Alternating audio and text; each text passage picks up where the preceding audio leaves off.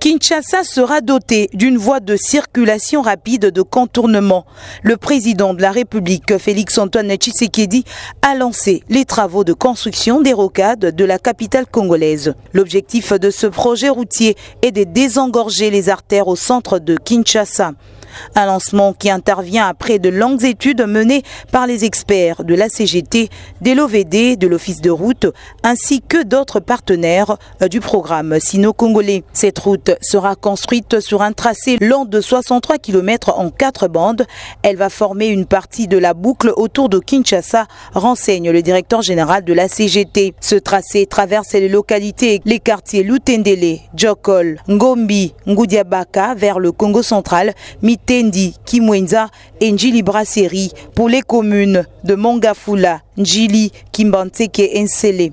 Alexis Gisaro Mouvouni, ministre d'État en charge des infrastructures, est revenu sur ces travaux qui constituent un premier pas du programme quinquennal du second mandat du chef de l'État, dont le volet infrastructure routière va rallonger de 20 km le linéaire des voiries structurantes revêtues de Kinshasa. Le lancement de ce jour constitue le début de la matérialisation de la relance du programme sino-congolais.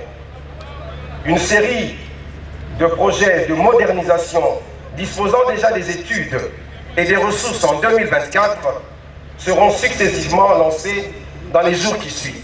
À la suite de ce lancement des travaux par votre autorité, il est important pour nous d'informer notre population que les entreprises à pied d'œuvre ne pourront pas d'emblée atteindre la grande vitesse d'exécution des travaux car il faudrait dans l'entretemps procéder aux expropriations des espaces nécessaires pour dégager toute l'emprise de la route. C'est ici pour nous l'opportunité d'insister auprès de nos compatriotes sur la nécessité de respecter l'emprise publique et de ne pas, comme cela se voit malheureusement trop souvent, multiplier des constructions le long de la route dès qu'un projet routier se met en place en vue de se faire indemniser. Ce projet est exécuté dans le cadre du programme sino-congolais avec un montant d'investissement pour les infrastructures évalué à 7 milliards de dollars américains.